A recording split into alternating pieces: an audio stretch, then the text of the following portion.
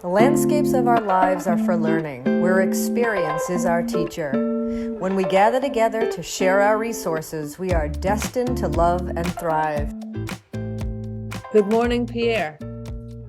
Good morning, Maureen. This is so great. I'm having so much fun. I love these podcasts. I mean, yeah, people listen, right? Yeah. I mean, maybe. The people who have told me they listen Maybe. say that they enjoy your voice and Really? Oh, that's yeah. good. Yeah. I say that because it's only recently that I've enjoyed my voice. You've been called playful. Playful. That is a That's huge compliment. compliment. I am so happy to hear that. That's like the best. That's like the best. That is the best ever. Yeah. No, when I was younger, I didn't like my voice, and it isn't as low as it is now, which is one reason why I didn't like it. And you hear my register go up when I get excited. Well, imagine some, 30-year-old running around like that all the time. It was just irritating to myself. Like, forget about other people. Oh my God. So anyway, it was around that time, maybe in my 20s, that I found this book, of course, in a used bookstore. It said, Guide to bringing your voice down low. Yes. Well, it was Change Your Voice, Change Your Life. And actually, where your voice comes from is very indicative of how how you're regulating your body. I was breathing so shallow. I was like some kind of bird, like constantly on alert, constantly in a Always in your throat. Yeah. constantly in a hyper state. I'm talking like this all the time. So anyway, yeah, people would not like that in the podcast. So I've over the years it's changed. But we are talking about, for anybody who's listening, another resource, and following up on a prior podcast on Eckert Tolle. Tolle. I don't know how to say his name. Well, the original gangster. This is not terribly helpful. And even somebody who's read as much as I have, but you're the English major. I'm looking at his name, phonetically spelled, and it says Toll, T-O-L in capital letters, dash, upside down, backwards E. What the heck is that? Yeah, I don't know, like whatever it's called, but that definitely means something about how to pronounce it. Yeah. Tolle. And it has the umlaut over the O. That's a German double kind of pronunciation, Tolle. So can I go ahead, tell me about Eckert Tolle? Yeah, Tolle. And anybody who's German, please excuse my terrible pronunciation. He was born in 1948 in Germany in the Ruhr Valley area, which is kind of I don't want to. It's the industrial valley, but it's just a very it's got a anyway, it's an industrial area, but that doesn't mean to say that it's Detroit. Okay, it's also a beautiful place. He was born in 48. In 61, as a 12 or 13-year-old, he moved to Spain with his father. And when he did that, he refused all forms of education. He didn't go to school. And this is from 13 to 22. And he just pursued his own creative and philosophical interests, is what it says. And then at the age of 15, so just 2 years into his I'm a teenager and I'm learning, and he finds a German mystic. And I don't know this guy, Joseph Schneidenfranken. And we'll have to find him as a resource. He was a spiritual teacher, poet, painter. He wrote 40 books and made about 200 paintings. Anyway, So that's at 15. At 19, he kind of gets through that. He's, now sort of an adult, young adult, and he moves to England where he's teaching German and Spanish for 3 years. So now he's 22. After 3 years of teaching, he attends university, enrolled in a postgraduate program at the University of Cambridge. So postgraduate, I don't know what that means, but he's going to formal school, and he's 29 at that point. And he's suffering from long periods of depression. And then one night he has some awakening or something. And he said the experience was almost unbearable. But then at the other side, he was a changed person. So I'm going to read this statement because I couldn't live with myself any longer. And in this question arose without an answer, who is the I that I cannot live with? Who am I? Why am I feeling this way? And I felt drawn into a void. I didn't know at the time what really happened was that my mind-made self collapsed. The next morning, I woke up. Everything was so peaceful. The peace was there because there was no self, just a sense of presence and being, observing and watching. And he goes out for a walk in London, finding everything miraculous, even the sound of the traffic. He stopped his studying and his program. And for a period of about 2 years, I like the mind-made self. The mind-made self. I like that little statement. Mind-made self collapsed. And so for 2 years, he sat in a deep state of bliss, kind of like a meditation. And he would sit on park benches and he would sleep on park benches, watching the world go by. And then he stayed with friends and, kind of monastery-like things. Decided to change his name from Ulrich, first name, to Eckert, which is from a German philosopher and mystic. He just had it in a dream. And he continued. So that was 77. So now 20 years go by, and I'm not exactly sure what happens. He was sort of a spiritual teacher in the area, and he published the book, The Power of Now, which I think a lot of people know. We talked about it in the prior podcast in 1997. And then Oprah Winfrey recommends it, and then he writes in 2005. That's 7 years later. The New Earth. Yeah, and and he becomes a celebrity, but he eschews, meaning he doesn't get involved in but he doesn't really get involved in commercializing his success. Mm-hmm. He just continues to float in this sort of present state. So that's a little bit about his. Yeah. He wrote Stillness Speaks too. Is another book. Yeah. He did. Thank you. 2003, in the middle of the New Earth and Power of Now. I'm sure you read those books. What do you think of them? I remember reading The Power of Now on Naples Beach when I took my daughters on a vacation. I remember it had like a bluish whitish cover. I remember being confused by it. So let's see. Reagan Riley was probably 10, maybe. So she's 24 now.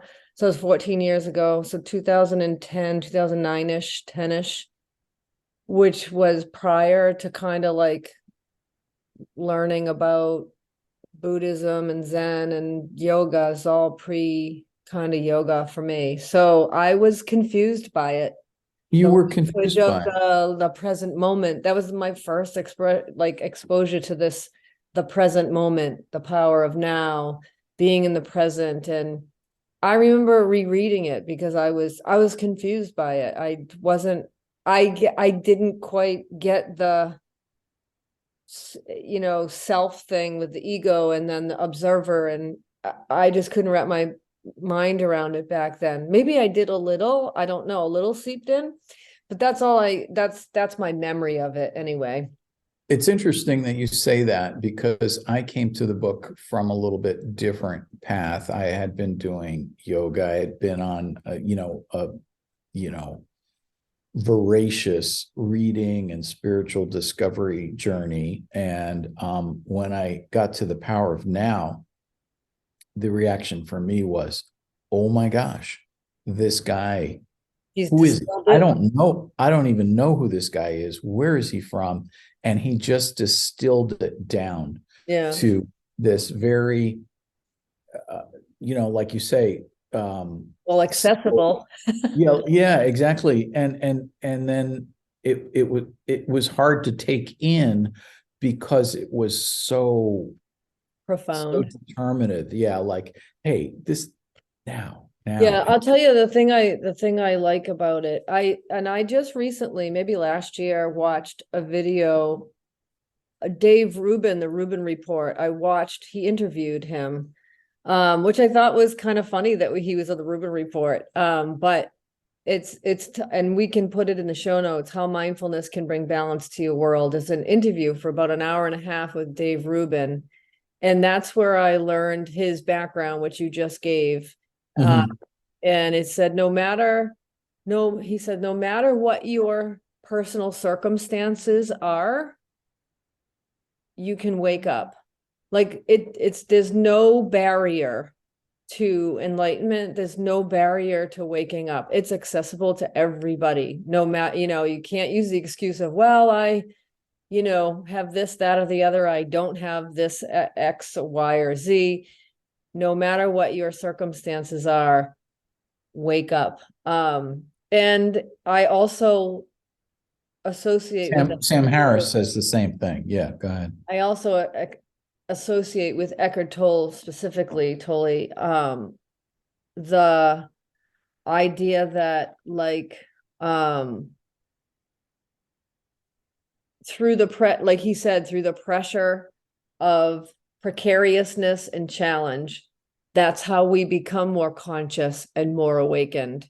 And Oh, so in that Maureen, that is response, so like the good. Viktor Frankl response, like no matter what your circumstance, like you have the ability and the resources to respond to life. You do. We all do. And that's my other part of my brain is saying, it's the opposite of the victim mentality, It's and the no opposite. excuses, no It's excuses. You the can take responsibility. You can it's do the it. exact opposite. And what you said is just so powerful, and it comes. And I'm And so glad you brought it empowering. up. Yeah, and empowering. Yeah, modern word, but yeah, anybody can do this, and the way it's done is from the mud, right? Used to say mud, no mud, No no mud, lotus. no lotus. That's No Tish Nhat mud, no Hanh. lotus. Yeah. Used to drive me crazy. But That's my password for so many things, in case anyone wants to know. oh, okay. There's Uh, other numbers with it, but so when people find themselves in these circumstances, there's that phrase lean in and all the rest of that, but it's mm. change your thinking. I want to come back to something. When I read his book the first time, something stood out to me. And that was that he said he slept on park benches. Now, I had occasion to sleep on park benches only a couple of times, and I wasn't drunk. And I doubted what he was saying. This guy came out of nowhere. I thought he was kind of creating. I don't know. I thought he was creating. I thought he was lying. I I mean, thought he no, was strange. I said nobody sleeps on park benches, and then one day you got up, and the whole thing was just like too Woo-woo. weird, and it's too no, not just woo woo, because the book was so popular, because he came out of nowhere. Mm. I thought it was like one of these weird guys trying to sell himself and create a backstory that made him The more only reason interesting. he was popular is because of Oprah. Otherwise, Yeah, he wouldn't have been. no, I know. You come back to a lot of these things, and Oprah Book Club, but I was so glad to read his history and remember my reaction to that statement and find out that his life journey path is authentic. This guy's different. At 13, he decided not to do any formal education. How many of these people who find themselves, I mean, Mm-hmm. let's with Buddha underneath the Bodhi tree. Yeah, And Sadhguru said no education, just life is education. Remember? yes, I grew right. Mhm. And um, and just and it's just so interesting to me that our society and culture in general programs people in a Well, good through education. I mean, not in a that, good in you a good know, way, and right? you Not fit that in education's a bad thing, right? Like, obviously, we need right. skills and knowledge and skill, You fit into culture, but you Mhm. have to fit into yourself at some point. And this time where these people and they're not small amounts of time. I mean, you just can't do this. Well, maybe you can, but it doesn't seem to happen like, oh, okay, I'll try this in an ashram for a month. Like this guy Yeah, was in it for years. his life. Yeah. I mean, our culture doesn't have, right, he's unusual. Like it's an unusual path. It's not the path. It's not the path of a path of most. And yeah, we're kind of funneled into a way of being when we're kids and no one has a choice and like and you're not even aware of it until maybe never or until you're older or whatever, like you just that's the way it is. You're born into this time and place and that's how you're funneled through and educated and conditioned and inculcated and right. And so You sound like a preacher there. well, All those inculcated, but you educated, know what documented. I wanted to say, like you said something about the self, and you don't know who your true self is. It's like, well, is there a true self if you've been born into a time and place and enculturated and shaped and this is like the determinism sort of issue of like, did you really have anything to do with who you are? You know what I mean? Like how, Right, and then in right. this individualistic culture where the individual's empowered, like, are we just fooled to think that like we created ourselves and we're unique and we've done all this? It's like, well, I No. don't know about that. Yeah, no. Yeah. Well, we did a prior podcast on Eckart Tolle, and we said we'd come back and sort of fill in the history. And I think we've done that. I don't know if there's any Well, more you wanted to draw out of yeah, I his do. work. I want to keep talking about it because I want to talk about this concept of the self, because you say like, what is the self? And in that quote that you read by him, he said he realized, that his mind-made self, which is what we're talking about, like that Right. comes from education and culture and conditioning. Some people will call it the ego, the thing that wants, the thing that thinks and does and whatever, and Right. and plays roles. Right. That mind-made I or self, that's what I couldn't really wrap my head around when I first read that book. Because when you're so in it and you don't know that there's there's something beyond what I Right. think is myself, my mind-made self. Like we don't know we have a mind-made self Right. until we wake up, and not Right. everybody does. And even when we think Yeah. we do, am I? I mean, Well, it's interesting, these different levels, because, and thank you for bringing us back to that quote. He says that my mind made self collapsed. And then he says it dissolved. Mm, And And then he is a transformed person, and he goes on to have this spiritual life. Mind you, he is in the most severe, painful depression that he's experienced after years of depression before that. And it evolves into this epiphany. He calls it an epiphany, and it utterly dissolves, and he finds himself connected to the universe in the present moment. So this is, very parallel to other people's stories. And now I'm going to jump forward to Sam Harris and to your conversation where, in his meditation app, I don't know what it's called, Awake or something. He's constantly asking, his listeners to find themselves, to look for it, ultimately to realize that there isn't one. Out there, waking up, the waking up. Waking up. Thank you.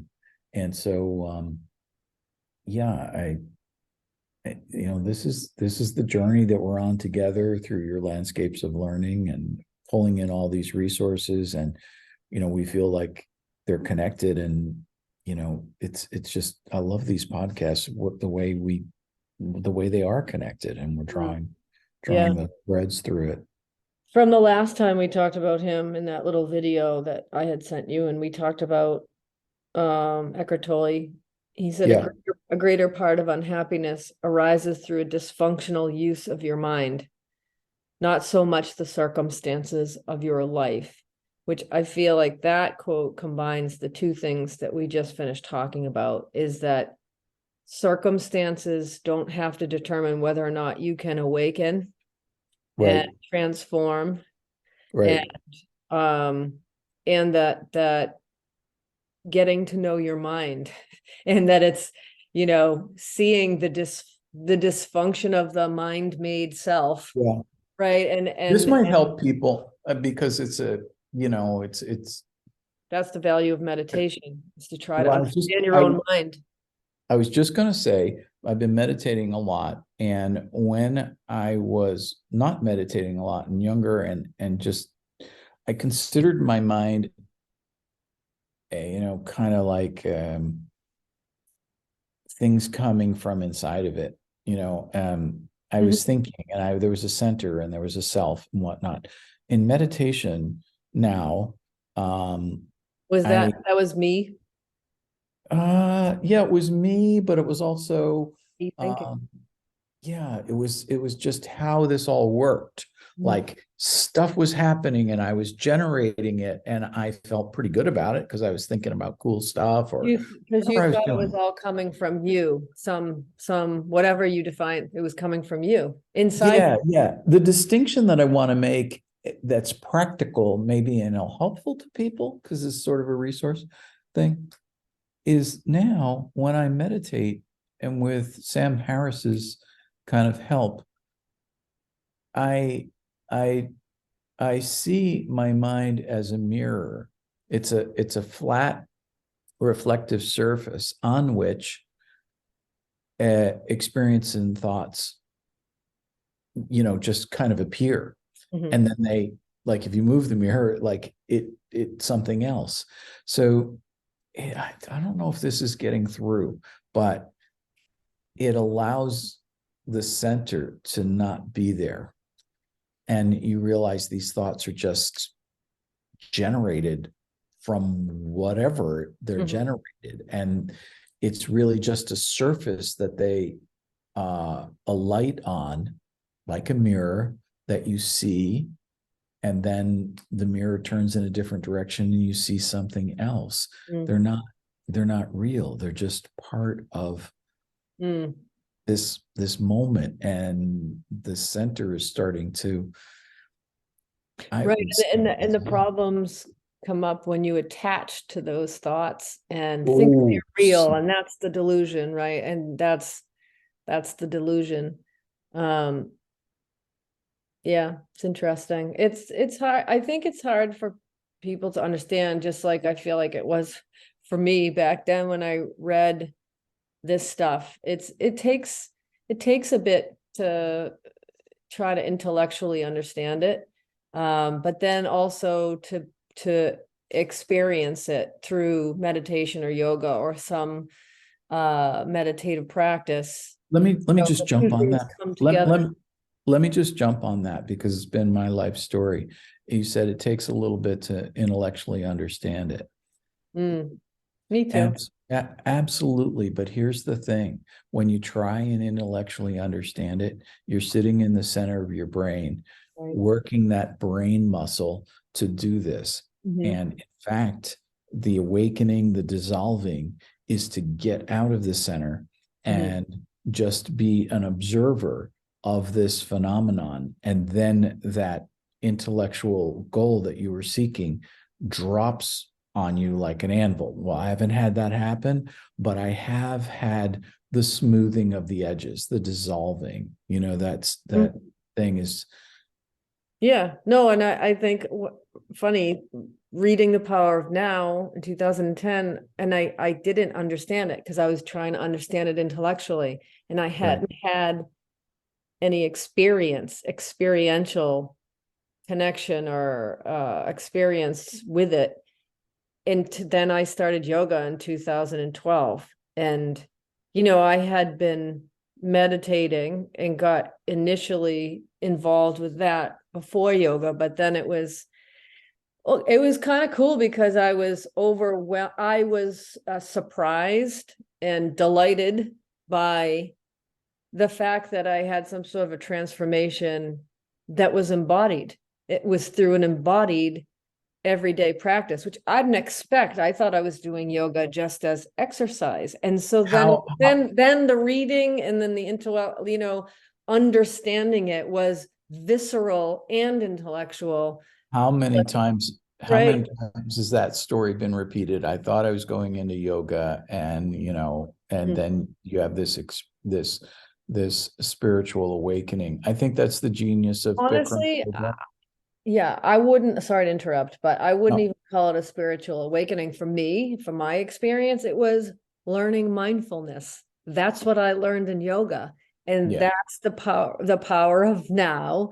Yeah. And, just the repetition and the discipline of the practice of focusing, moving, controlling breath, getting my body getting more regulated, unbeknownst to me, and unintentionally so. I just showed up for the class. Right. Yoga worked on me. Yeah. And I developed spiritual awakening is just, too charged a term, but people went into I just think it's different from mindfulness too. I just think it's a different thing. Yeah. I think,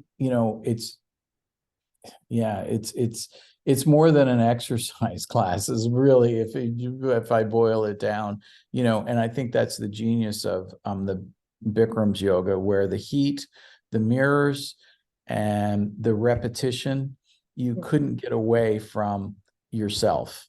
And he said that all the time. You're going to meet yourself in this class. And when yoga is reduced to a exercise class, the distractions of who the teacher is and what they're teaching and having it be different all the time, you're not maybe as likely to meet yourself. Right. And to bring it back, to connect it to Eckart Tolle, and this is always my own experience, is like when he says the greater part of your unhappiness arises through a dysfunctional use of your mind.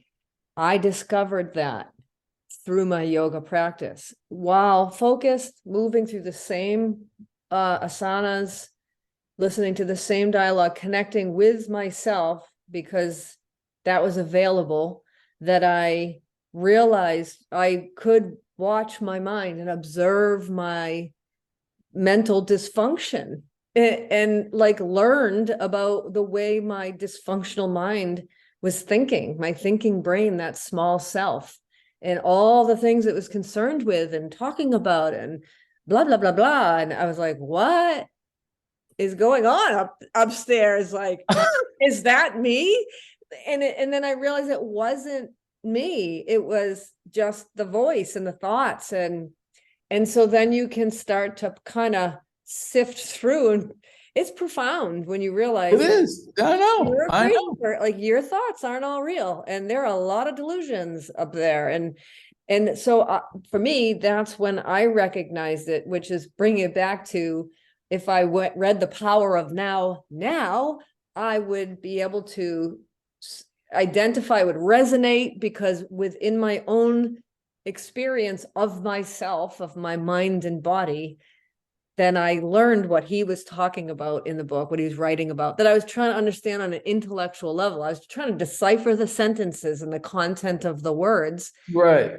Right. So No, it's, I remember that. I and remember doing that myself. the other thing about Bikram yoga specifically, what you were saying, and I'm glad you brought up Bikram's yoga specifically in the heat of the hot room, because we were just talking about this yesterday, myself and a friend of mine and a fellow teacher, about it's a crucible in there, and the being, you stay with the discomfort. This person, my friend, said to me, like, well, I have this cooling towel I bought.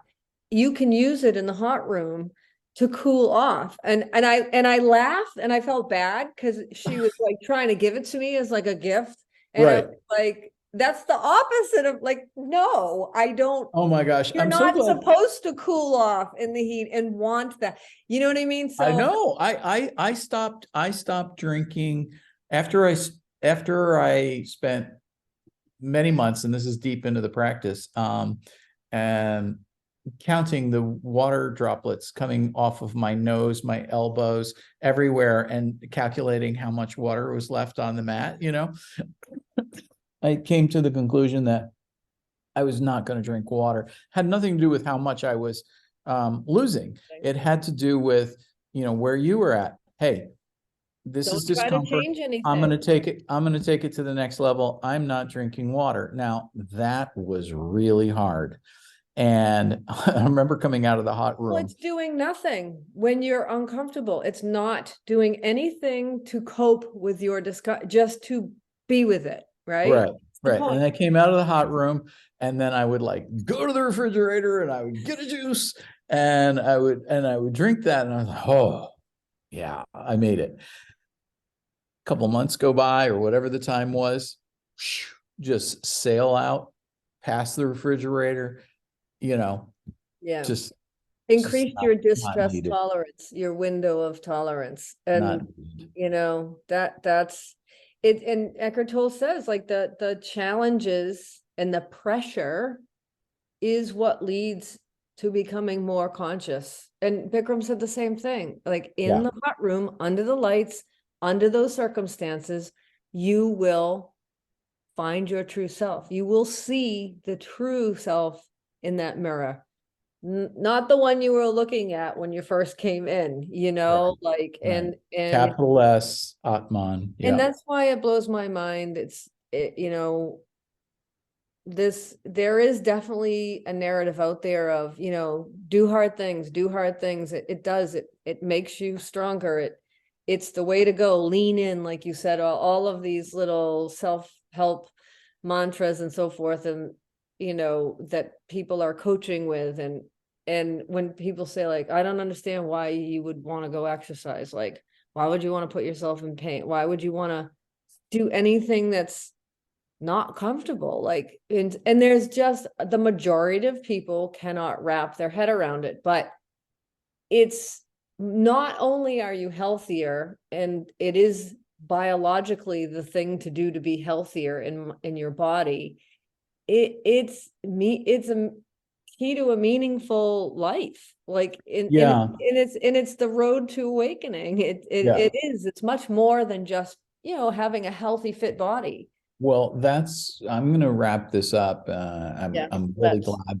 No, I'm really glad that we spent so much time on Eckhart Tolle, because, it was a seminal book in popular culture, and right at the center of what we've been talking about. And I'll just jump onto your last words.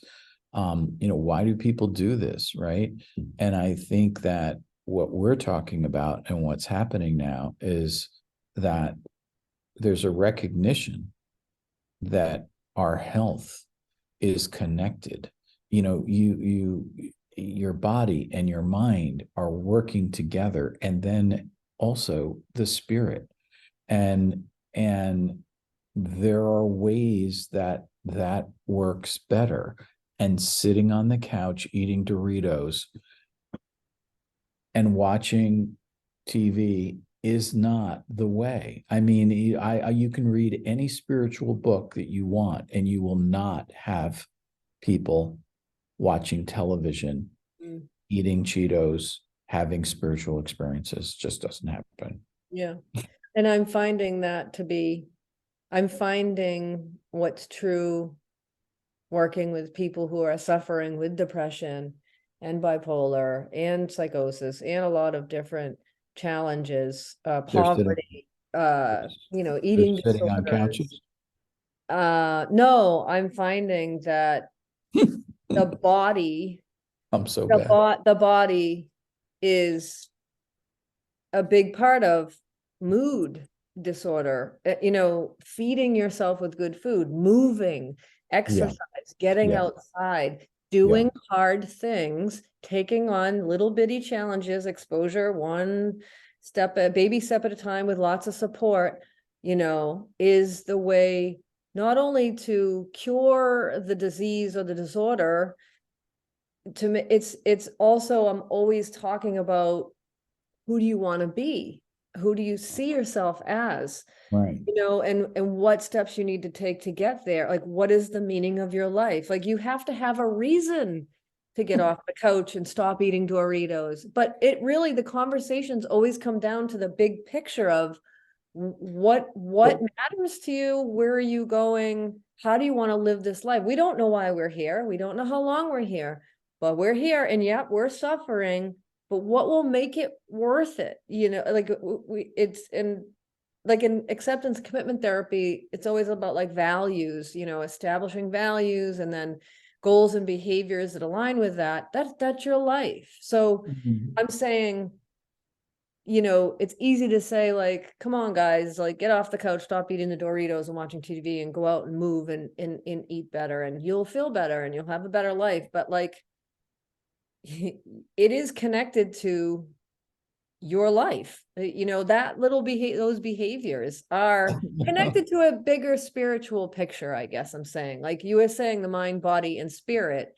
I'm trying to connect that to, like, I'm helping people with their minds and bodies, but it is also about some transcendent or bigger picture, bigger perspective, why? There is, and for me, why should I do anything, Right. And for me, being a spiritual and religious, there's something bigger out there. You could do it for all the practical reasons, but there's something bigger out there. Yeah. Well, with that something bigger out there, I'll take us out on. I'm Pierre. I really enjoyed this discussion from Yoga Heals Everywhere. And I'm Maureen from Landscapes for Learning. Learn to live, which we're trying to do, man. And I live to learn. I hope people will, because it's exciting and invigorating. Oh, that's sweet, folks. Did you hear that? Like, Maureen loosened up on the outro there. It's really sweet. Love this podcast. Peace through grace, my friends. Peace through grace.